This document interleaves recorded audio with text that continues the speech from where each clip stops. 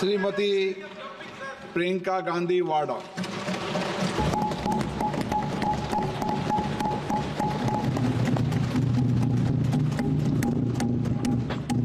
नमस्कार। माननीय अध्यक्ष महोदय जी, आज आपने मुझे इस सभा में बोलने का मौका दिया, इसके लिए मैं आपकी बहुत बहुत आभारी हूँ। सबसे पहले जो सुरक्षाकर्मी, जो जवान अफसर 13 दिसंबर को संसद की सुरक्षा के लिए शहीद हुए, उनके प्रति मैं श्रद्धांजलि व्यक्त करना चाहती हूँ। महोदय, हजारों साल पुरानी हमारी देश की, धर्म की एक पुरानी परंपरा रही है। ये परंपरा संवाद, चर्चा की रही है। एक गौरवशाली परंपरा है जो दर्शन ग्रंथों में, वेदों में, उपनिषदों में दिखती है। वाद विवाद और संवाद की हमारी पुरानी संस्कृति है। अलग अलग धर्मों में भी, इस्लाम में, सूफियों में, बौद्ध धर्म में, जैन धर्म में, सिख धर्म में भी ये वाद संवाद, ये चर्चा बहस, इसकी संस्कृति रही है। इसी परंपरा से उभरा हमारा स्वतंत्रता संग्राम। हमारा स्वतंत्रता संग्राम विश्व में एक अनोखा संग्राम था, एक अनोखी लड़ाई थी जो अहिंसा और सत्य पर आधारित थी। ये वाद संवाद की जो परंपरा है, इसको इस संग्राम ने आगे कैसे बढ़ाया? क्योंकि ये जो संग्राम था, ये जो लड़ाई थी हमारी आज़ादी के लिए, एक बेहद लोकतांत्रिक लड़ाई थी। इसमें देश के किसान, देश के जवान, देश के मजदूर, देश के अधिवक्ता, देश के बुद्धिजीवी, चाहे किसी भी जाति के हो, चाहे किसी भी धर्म के हों, चाहे किसी भी भाषा को बोलते हों, सब इस स्वतंत्रता संग्राम में शामिल हुए। सब ने हमारे देश की आज़ादी की लड़ाई लड़ी।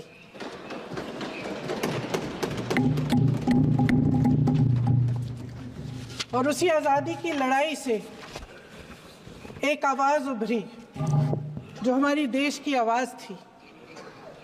वो आवाज़ ही आज हमारा संविधान है।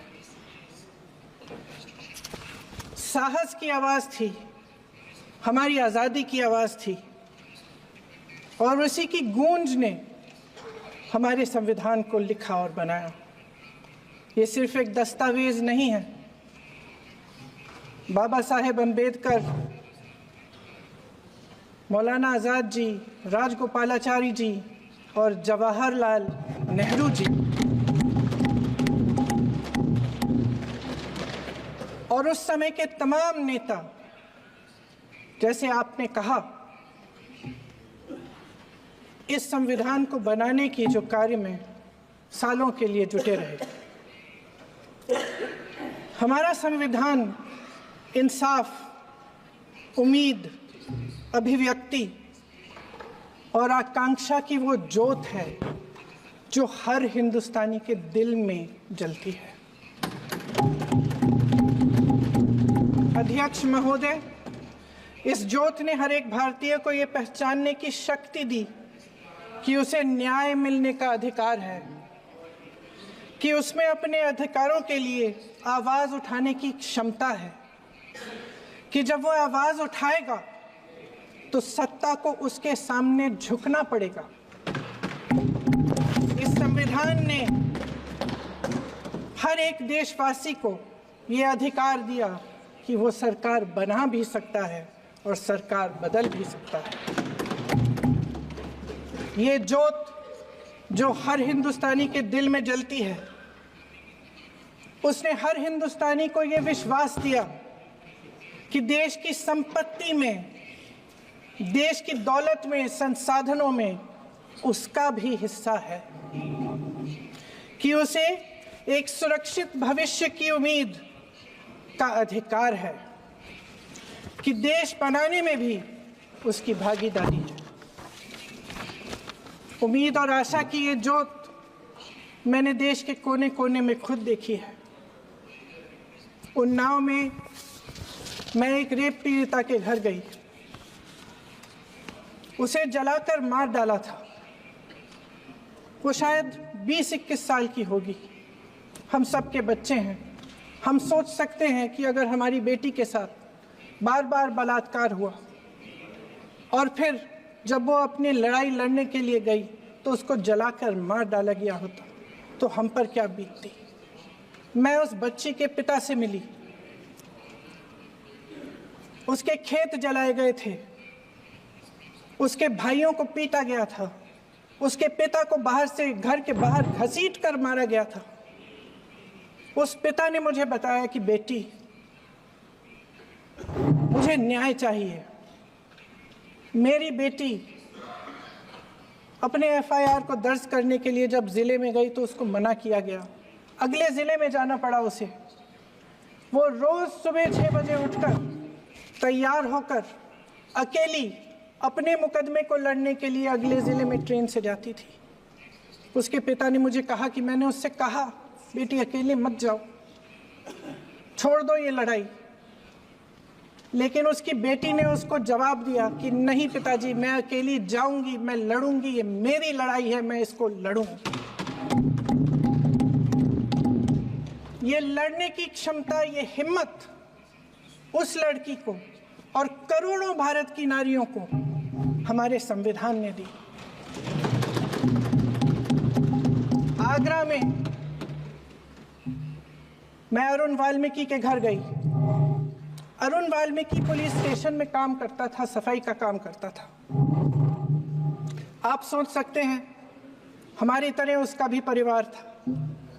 नई नई शादी हुई थी, 2-3 महीनों का बच्चा था। पुलिस स्टेशन में चोरी हो गई। चोरी का इल्जाम उस पर लगाया गया। उसके पूरे परिवार को उठाकर पुलिस स्टेशन में ले गए। आप हंस रहे हैं, लेकिन ये गंभीर बात है। और क्या करेंगे? शर्म करो, शर्म। अरुण वाल्मीकि को पीट पीट के मार डाला, उसकी बीवी को पीटा, उसके पिता के नाखून निकाले, उसके पूरे परिवार को पीटा गया। जब मैं उस जवान महिला से मिलने गई जो अभी अभी विधवा हुई थी, तो उसने मुझे कहा कि दीदी, हमें सिर्फ एक चीज चाहिए, हमें न्याय चाहिए और हम इस न्याय के लिए लड़ते रहेंगे, चाहे कुछ भी हो जाए। ये हिम्मत उस महिला को हमारे संविधान ने दी।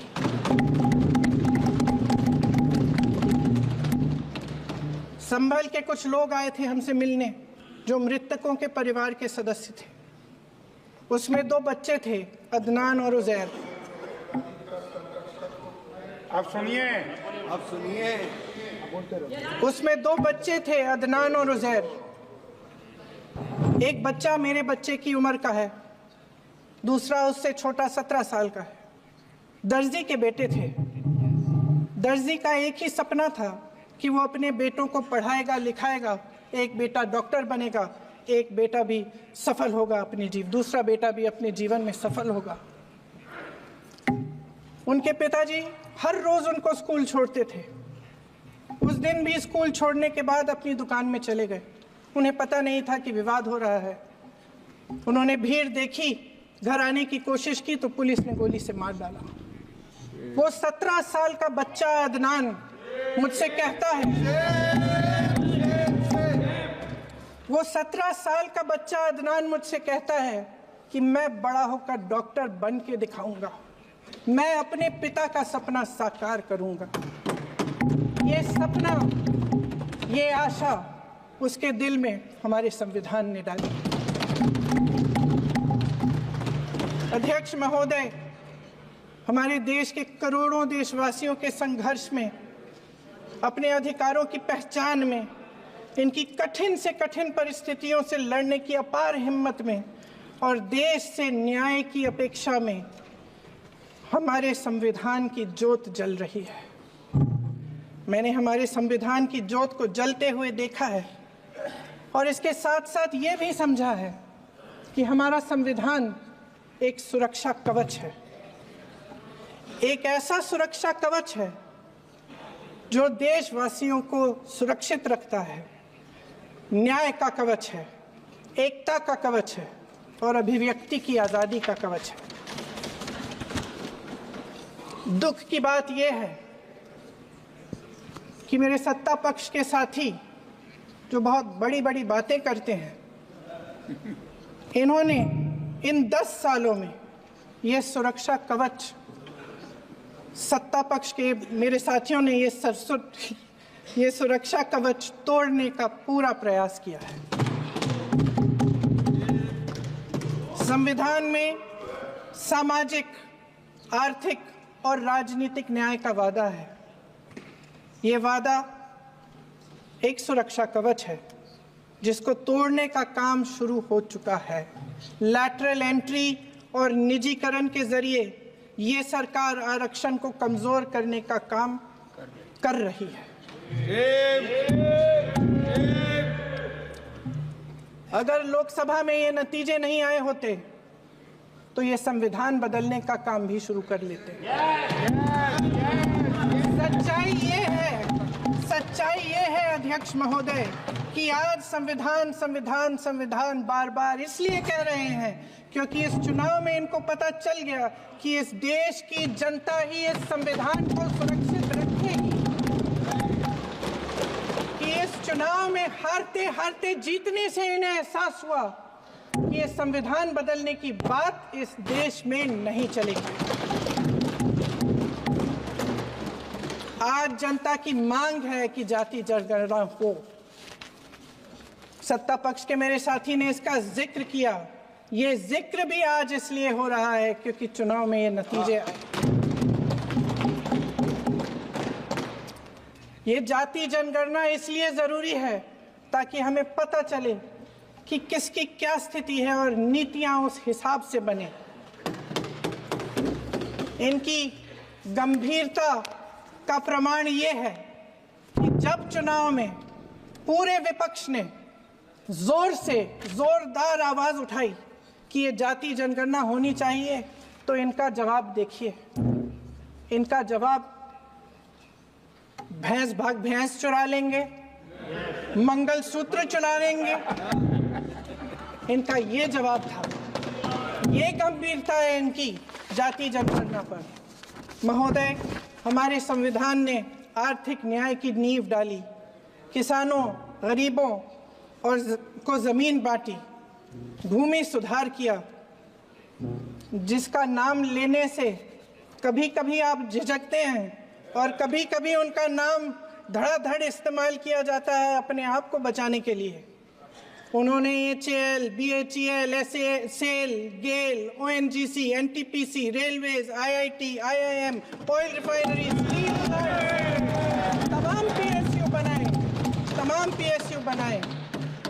अध्यक्ष महोदय, उनका नाम पुस्तकों से मिटाया जा सकता है, उनका नाम भाषणों से मिटाया जा सकता है, लेकिन जो उनकी भूमिका रही इस देश की आज़ादी के लिए और इस देश के निर्माण के लिए, वो इस देश में से कभी मिटाया नहीं जा सकता। 75 सालों में जनता का भरोसा रहा कि नीतियां बनेंगी तो जनता की भलाई के लिए बनेंगी। जल जंगल जमीन का अधिकार मिला आदिवासी भाई बहनों को। इंदिरा जी ने बैंकों का राष्ट्रीयकरण करवाया, खदानों का राष्ट्रीयकरण कराया। कांग्रेस और यूपीए की सरकारों में शिक्षा का, भोजन का अधिकार मिला। 75 सालों में जनता का भरोसा मिला। पहले संसद चलती थी तो जनता की उम्मीद होती थी कि सरकार महंगाई और बेरोजगारी पर चर्चा करेगी, कोई उपाय निकालेगी, कोई रास्ता निकालेगी। लोग मानते थे कि अगर कोई नई आर्थिक नीति बनेगी तो देश की अर्थव्यवस्था को मजबूत बनाने के लिए बनेगी, तो भारतीय बाजार को मजबूत बनाने के लिए बनेगी, उनके भविष्य को मजबूत बनाने के लिए बनेगी। किसान और आदिवासी भाई बहन भरोसा करते थे कि यदि जमीन के कानून में संशोधन होगा तो उन्हीं की भलाई के लिए होगा। आप नारी शक्ति की बात करते हैं। आज चुनाव की वजह से शायद इतनी बातचीत हो रही है नारी शक्ति के बारे में, क्योंकि हमारे संविधान ने महिलाओं को यह अधिकार दिया, उनकी शक्ति को परिवर्तित किया वोट में। और आज आपको पहचानना पड़ रहा है कि महिलाओं के बिना, कि नारी शक्ति के बिना ये सरकारें नहीं बन सकती हैं। इसीलिए आज आप नारी शक्ति की बातें दोहरा रहे हैं।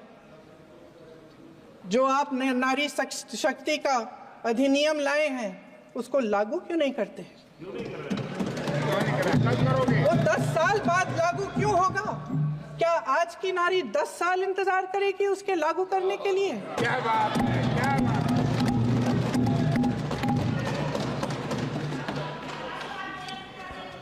आज संसद में बैठे हुए सत्ता पक्ष के मेरे साथी ज्यादा से ज्यादा अतीत की बातें करते हैं।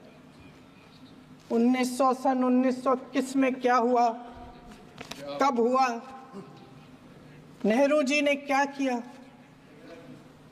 अरे वर्तमान की बात करिए, देश को बताइए आप क्या कर रहे हैं, आपकी जिम्मेदारी क्या है? कि सारी जिम्मेदारी जवाहरलाल नेहरू की है। अध्यक्ष महोदय जी, ये सरकार आर्थिक न्याय का सुरक्षा कवच तोड़ रही है। आज संसद में बैठी ये सरकार बेरोजगारी और महंगाई से जूझ रही हमारी जनता को क्या राहत दे रही है? कृषि के कानून भी बड़े बड़े उद्योगपतियों के लिए बन रहे हैं। सही एमएसपी को छोड़िए, डीएपी तक नहीं मिल रहा है।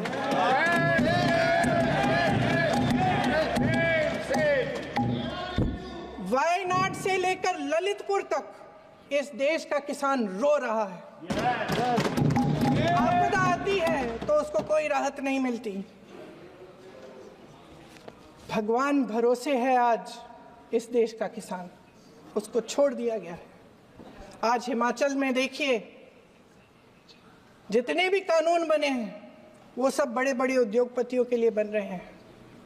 हिमाचल में जो सेब उगता था, उसके जो छोटे छोटे किसान हैं वह रो रहे हैं, क्योंकि एक व्यक्ति के लिए सब कुछ बदला जा रहा है। सुनने की हिम्मत रखो। मैं अध्यक्ष महोदय जी, अध्यक्ष महोदय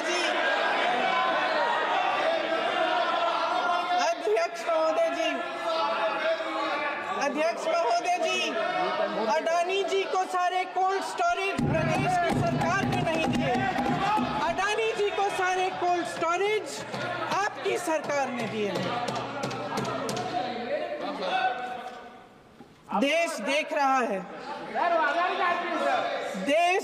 रहा है कि एक व्यक्ति को बचाने के लिए 142 करोड़ देश की जनता को नकारा जा रहा है। सारे बिजनेस, सारे संसाधन, सारी दौलत, सारे मौके एक ही व्यक्ति को सौंपे जा रहे हैं। सारे बंदरगाह, एयरपोर्ट्स, सड़कें, रेलवे का काम, कारखाने, खदाने, सरकारी कंपनियां सिर्फ एक व्यक्ति को दी जा रही है। जनता के मन में हमेशा ये विश्वास होता था कि अगर कुछ नहीं है तो संविधान हमारी सुरक्षा करेगा, मगर आज आम लोगों के बीच ये धारणा बनती चली जा रही है कि सरकार सिर्फ अडानी जी के मुनाफे के लिए चल रही है। देश में बहुत तेजी से गैर बराबरी बढ़ रही है। जो गरीब है वो और गरीब हो रहा है, जो अमीर है वो और अमीर हो रहा है। इस सरकार ने आर्थिक न्याय की भी सुरक्षा कवच तोड़ दिया है। राजनीतिक न्याय की जब बात होती है, मेरे सत्ता पक्ष के साथी आज खड़े हुए और तमाम गिनती करने लग गए कि ऐसा हुआ वैसा हुआ 1975 में जो हुआ, तो सीख लीजिए ना आप भी। सीख लीजिए। आप भी अपनी गलतियों के लिए माफी मांग लीजिए। आप भी बैलेट पे चुनाव कर लीजिए। आप भी बैलेट पे चुनाव कर लीजिए। दूध का दूध, पानी का पानी हो जाएगा। आप राजनीतिक न्याय की बात करते हैं, सरकारों को पैसों के बल पर गिरा देते हैं।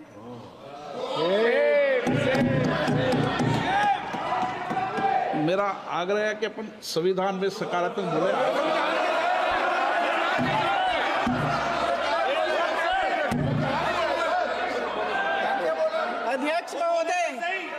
अध्यक्ष महोदय, सत्ता पक्ष के हमारे साथी ने एक उदाहरण दिया उत्तर प्रदेश की सरकार का, तो मैं भी एक उदाहरण दे देती हूँ महाराष्ट्र की सरकार का। मैं भी एक उदाहरण दे देती हूँ हिमाचल की सरकार को तोड़ने की कोशिश किसने की, पैसों के बल पे की, गोवा की सरकार। तमाम उदाहरण है। राजस्थान की क्या ये सरकारें जनता ने नहीं चुनी थी? क्या संविधान इन पर लागू नहीं था? पूरी देश की जनता जानती है कि इनका हंसती है, जानती है कि इनके यहाँ तो वॉशिंग मशीन है।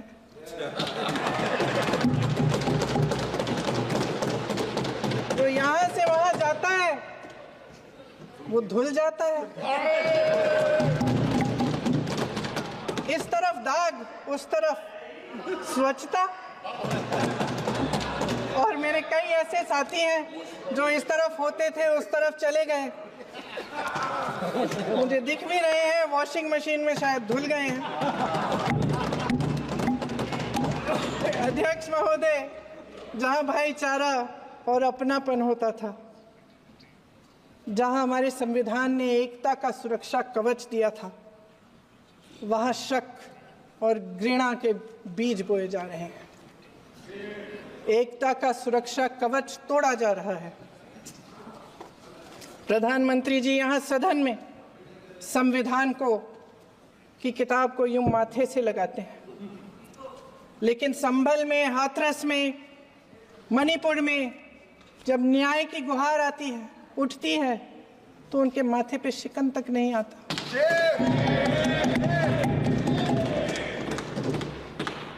शायद समझ नहीं पाए हैं कि भारत का संविधान संघ का विधान नहीं है।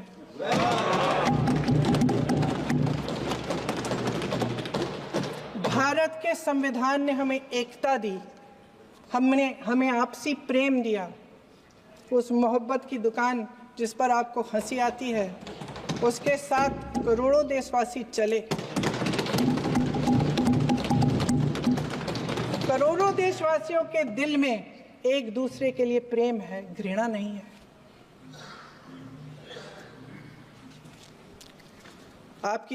इनकी जो विभाजनकारी नीतियां हैं, उसका नतीजा हम रोज देखते हैं। राजनीतिक फायदे के लिए संविधान को छोड़िए, देश की एकता को भी ये रख नहीं सकते, इसकी सुरक्षा नहीं कर सकते। हमने संभल में देखा, मणिपुर में देखा। दरअसल इनका कहना है कि अलग अलग इस देश के अलग अलग हिस्से हैं, कैमरा।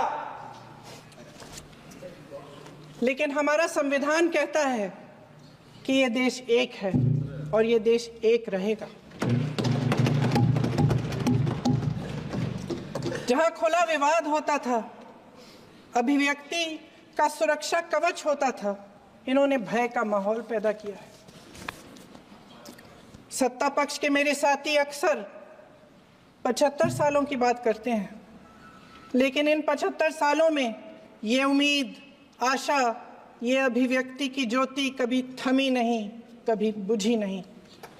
इस देश की जनता ने खुलकर आलोचना की, निडर होकर धरने किए, प्रदर्शन किए। जब जब जनता नाराज हुई, तब तब सत्ता को ललकारा, उसे चेतावनी दी, बड़े से बड़े नेताओं को कटघरे में खड़ा किया, उनसे जवाब मांगा, न्याय मांगा। इस देश के छोटे छोटे से नुक्कड़ की दुकानों में, चाय की दुकानों में, इस देश के घरों में, गलियों में, मोहल्लों में, अखबारों में, प्रकाशन घरों में, न्यायपालिकाओं में चर्चा कभी बंद नहीं हुई। लेकिन आज ये माहौल नहीं है। आज जनता को सच बोलने से डराया जाता है, धमकाया जाता है। पत्रकार हो या विपक्ष का नेता हो या किसी यूनिवर्सिटी का प्रोफेसर हो, छात्र संघ हो या कर्मचारियों का संगठन हो, सबका मुंह बंद कराया जाता है। किसी पे ईडी, किसी पे सीबीआई, किसी पे इनकम टैक्स, फर्जी मुकदमे लगवाए जाते हैं, जेल में डाल दिया जाता है, विपक्षी नेताओं को जेल में डाल दिया जाता है, उनको सताया जाता है। किसी को नहीं छोड़ा इस सरकार ने।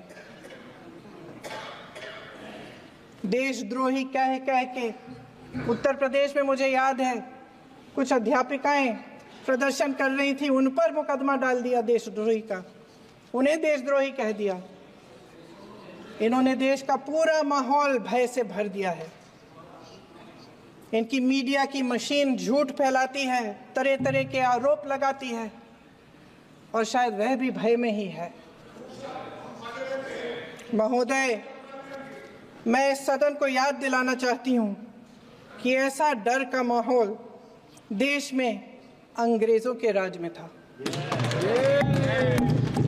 जब इस तरफ बैठे हुए गांधी की विचारधारा वाले लोग आज़ादी की लड़ाई लड़ रहे थे और उस तरफ वाली विचारधारा वाले लोग भय में रहकर अंग्रेजों के साथ साठ-गांठ कर रहे थे। लेकिन अध्यक्ष महोदय, भय का भी अपना स्वभाव होता है। भय फैलाने वाले हमेशा भय का खुद शिकार बन जाते हैं। ये प्रकृति का नियम है। आज इनकी भी यही हालत हो गई है।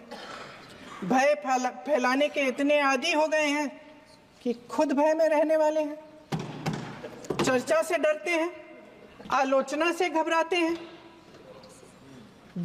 कई दिनों से हम मांग रहे हैं कि चर्चा करिए, लेकिन चर्चा करने की हिम्मत ही नहीं है।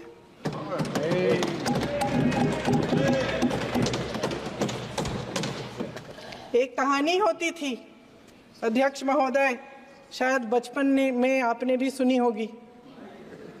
राजा भेष बदलकर बाजार में आलोचना सुनने जाता था। ये सुनने जाता था कि प्रजा मेरे बारे में क्या कह रही है, मैं सही रास्ते पे चल रहा हूं कि नहीं। लेकिन आज का राजा, भेष तो बदलते हैं आज के राजा, शौक तो है उनको भेष बदलने का, लेकिन न जनता के बीच जाने की हिम्मत है और न आलोचना सुनने की। महोदय, मैं तो सदन में नहीं हूं।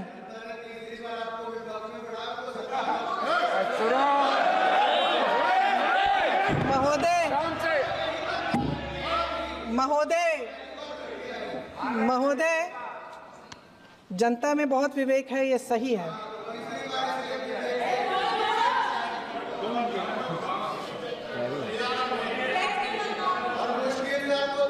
अच्छा महोदय, मैं सदन में नहीं हूँ, कुछ हाँ ठीक है, मैं सदन में नहीं हूँ, मात्र 15 दिनों से आ रही हूँ।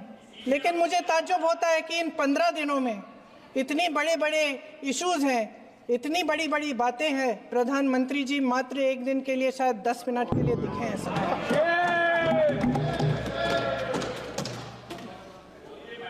बात यह है अध्यक्ष महोदय जी कि ये देश भय से नहीं, साहस और संघर्ष से बना है। इसको बनाने वाले देश के किसान, जवान, देश के करोड़ों मजदूर और गरीब जनता है। संविधान इनको साहस देता है। मेहनती मिडिल क्लास है। और इस देश के जो करोड़ों देशवासी हैं, जो रोजाना भयंकर परिस्थितियों का सामना करते हैं, उनको साहस देता है। वायनाड में जो आपदा आई, उसमें एक छोटा लड़का था 17 साल का। 6 घंटों के लिए उसने अपनी माँ को बचाने की कोशिश की। 6 घंटों के लिए आप सोच सकते हैं कि अगर नदी की धारा बह रही है, नाराज है, आप अपनी माँ को पकड़े हो, 6 घंटों के लिए पकड़े रखते हो कि मेरी माँ बच जाएगी, और अंत में वो माँ भी बह जाती है। उस लड़के का साहस, उन महिलाओं का साहस जो पीड़ित हैं लेकिन फिर भी अपनी लड़ाई लड़ रहे हैं, उन संभल के बच्चों का साहस जिनके पिताजी अभी अभी गुजर गए लेकिन फिर भी उनके सपनों को साकार करने की हिम्मत है, उनका साहस है, वो साहस इस संविधान ने दिया है।